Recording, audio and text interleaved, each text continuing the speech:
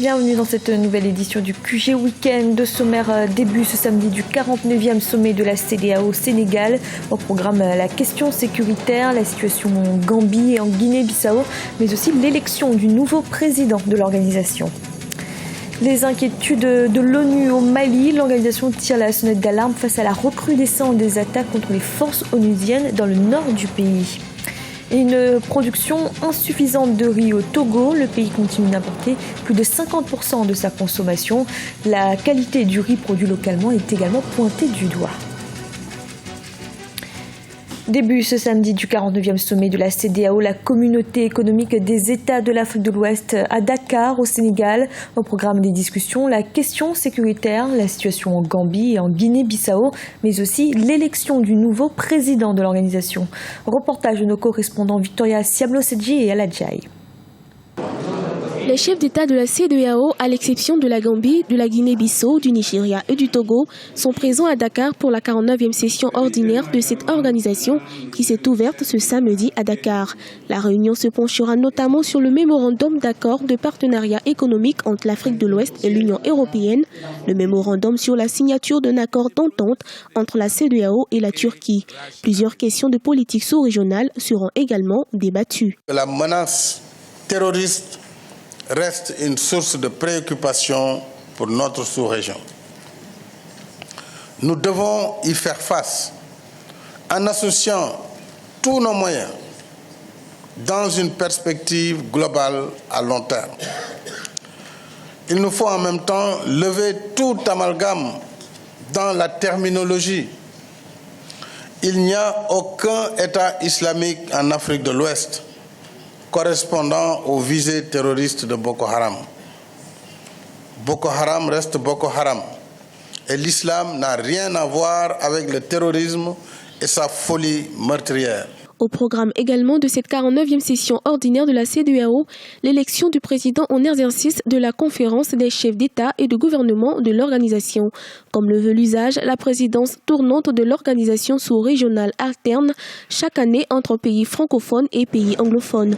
Les projets d'intégration sous-régionale, la libre circulation des personnes et des biens, l'état financier de la commission de la CEDEAO sont également passés en revue. Nous atteindrons notre objectif d'intégration quand chaque citoyen de notre communauté pourra librement s'y mouvoir et vaquer à ses occupations.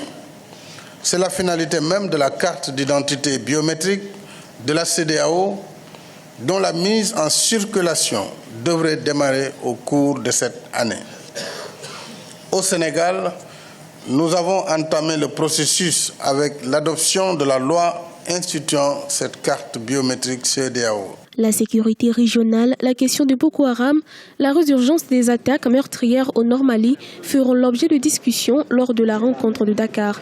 La 49e session ordinaire de la CEDEAO sera suivie dimanche du sommet des chefs d'État et de gouvernement de l'UEMOA, l'Union économique et monétaire ouest-africaine. Et lors de la cérémonie d'ouverture, le nouveau président de la commission de la CEDEAO, le béninois Marcel Alain de Souza, a prêté serment. Il succède à Kadri Désiré Ouédraogo. Le président de la CEDEAO, le chef de l'État sénégalais Macky Sall, est d'ailleurs revenu sur les missions de la commission. On l'écoute. Mesdames et messieurs les commissaires, mesdames et messieurs, les tâches qui vous attendent sont à la fois multiples et complexes. Vous avez notre soutien et notre confiance dans l'exercice de vos charges. Nous comptons en retour sur votre engagement à réaliser notre idéal commun d'une CEDEAO des peuples dans un espace ouest-africain mieux intégré, plus pacifique et plus prospère. Je saisis l'occasion pour rendre hommage à M. Kadri Désiré Ouédraogo, président sortant de la Commission, pour le travail appréciable qu'il a accompli au service de la communauté. Au Mali, l'ONU tire la sonnette d'alarme. L'organisation se dit inquiète face à la recrudescence des attaques qui visent les forces onusiennes dans le nord du pays. En cause, selon le représentant spécial des Nations Unies, le retard dans la mise en œuvre de l'accord de paix. Idelette Mirabal-Bissou. L'Organisation des Nations Unies dit son inquiétude face à la recrudescence des attaques contre les troupes onusiennes au nord du Mali. De janvier à mai 2016, des dizaines de civils et militaires ont perdu la vie dans cette partie du pays. Le 27 mai, c'est une voiture de l'armée avec à bord des soldats qui a sauté sur une mine. Bilan, 5 soldats maliens tués et 4 blessés graves.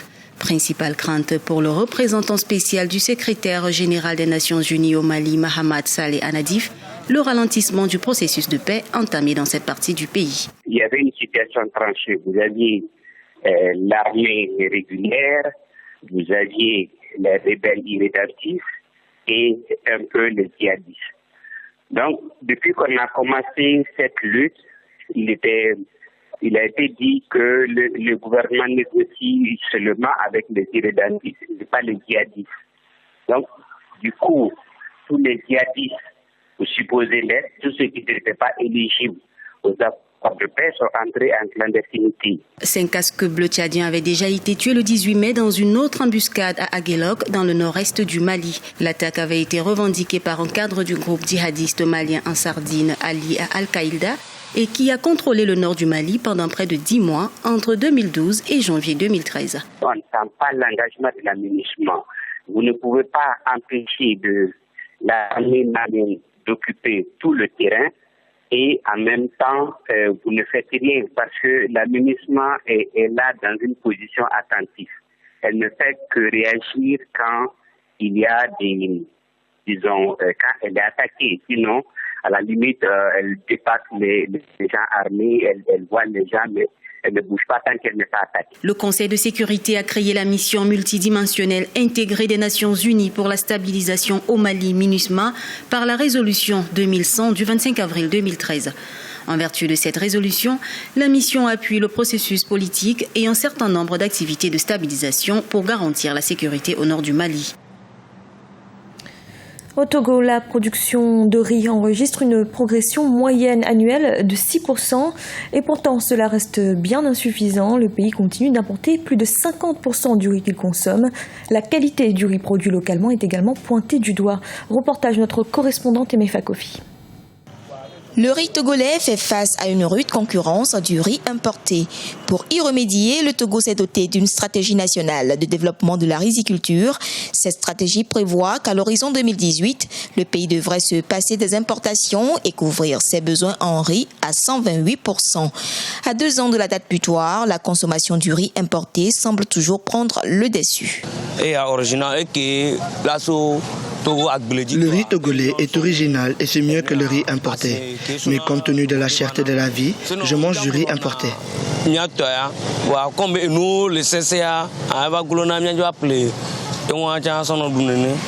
avons des riz de 50 kilos, des riz de 25 kilos. Ce n'est pas le riz du togolais, ça vient des étrangers. Selon certains commerçants, le riz local se fait de plus en plus rare sur le marché et relativement à sa qualité, il coûte cher. Ainsi, le gouvernement prévoit mettre en place 2 rizeries complètes pour la transformation notamment dans le périmètre de la vallée de Zior. Présentement, la transformation n'est pas complète. C'est-à-dire en ce sens qu'on a seulement du riz décortiqué, du riz blanc, mais on ne s'occupe pas tellement de la qualité, le riz qui a une couleur rouge et qui, quant à la consommation, il y a un peu de pierre qu'on casse en passant, qui fait que le riz importé prend le dessus sur la production locale. Ce problème doit être résolu. On doit remédier à ces difficultés par la mise en place des 2 rizeries. L'objectif de la stratégie nationale de développement de la riziculture est de permettre au Togo de passer à 28 millions de tonnes de riz produits par an à l'horizon 2018. Aujourd'hui, le Togo produit 50% du riz qu'il consomme. Les 50% restants font l'objet d'importations et donc un manque à gagner important pour le pays.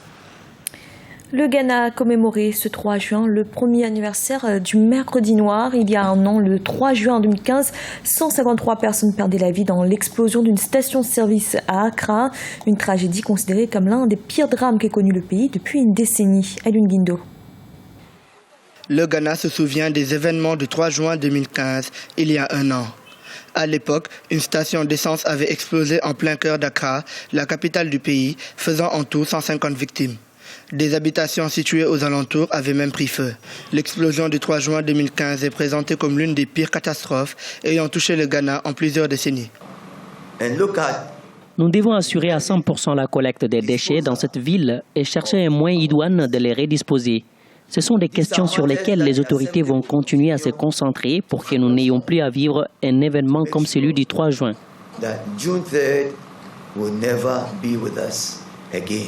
Il y a un an, les fortes inondations dues aux pluies avaient empêché beaucoup de victimes des événements du 3 juin 2015 d'aller se réfugier loin des lieux de l'accident.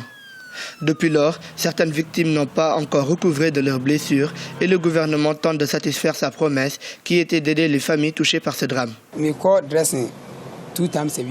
Je vais à l'hôpital 2 fois par semaine pour changer mon pansement et à chaque fois que j'entre dans le bus, les gens me regardent et ont peur de s'asseoir près de moi. Mais je remercie le bon Dieu en tout temps pour sa protection parce que je suis encore vivant. Les autres victimes n'ont pas été aussi chanceuses. Je les ai vues disparaître. C'est terrible. En l'honneur des victimes, le sculpteur Faisal Daou a exposé ses dernières œuvres non loin du lieu de l'incident. De même, le président du pays, John Dramani Mahama et quelques autres autorités se sont joints aux victimes rescapées de l'incident pour un mémorial ce vendredi. C'était le journal de la rédaction. Merci de l'avoir suivi. Retrouvez dans un instant une nouvelle édition de l'information.